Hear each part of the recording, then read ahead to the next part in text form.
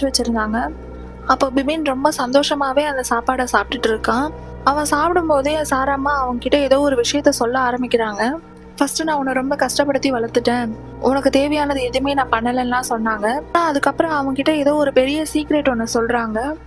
ஆனால் அதை மட்டும் அந்த எபிசோடில் மியூட் போட்டு விட்டுட்டாங்க. ஆனால் அவன்கிட்ட ஏதோ ஒரு பெரிய சீக்ரெட் மட்டும் சொல்கிறாங்கன்னு தெரியுது.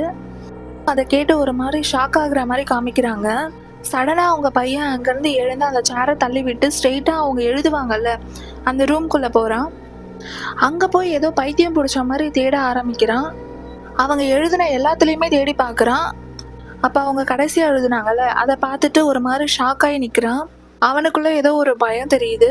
இவன் இந்த ரூம்குள்ளே பயந்து அழுதுட்டு இருக்கும்போது சாராம்மா இது எல்லாமே இவன்கிட்ட சொல்லிட்டு டைனிங் டேபிளில் உட்காந்து சிரிச்சிட்டு இருக்காங்க. அவங்க சிரிக்கிறத கேட்டதுமே இவனுக்கு இன்னும் கோவம் ஜாஸ்தி வந்துடுது. ஸ்ட்ரெயிட்டாக அவங்க அம்மா கிட்ட வந்து அவங்க தலையை பிடிச்சி டைனிங் டேபிள் மேலேயே இடிச்சு